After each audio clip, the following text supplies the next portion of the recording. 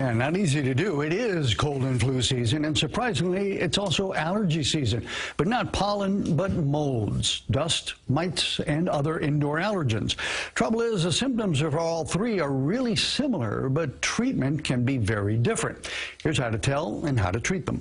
Donna Monty-Probst is a nurse, so you'd think she'd be able to tell the difference between a cold, allergies, and the flu, but her symptoms have even her a little confused. Runny nose, watery eyes, a little congestion, sometimes some sneezing, a dry cough. And guess what? Even doctors can have a bit of a hard time.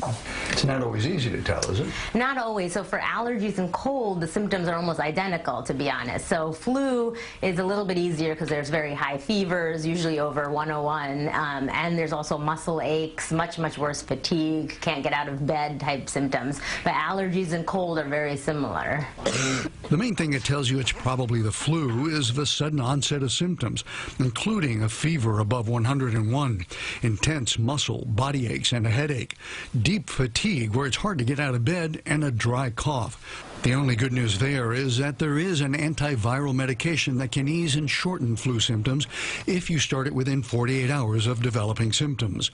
But telling the difference between a cold and allergies is much tougher because the symptoms are virtually identical: congestion, sneezing, milder headaches, and a cough. The timing can be very helpful. So if someone's been suffering for 2, 3, 4 weeks, something more chronic, it's probably more likely an allergy, whereas colds usually within a week have a pretty quick turnaround time. In other words, if you haven't gotten better in a week or so, it may be an allergy, and there are medications for that, from nasal sprays to antihistamines.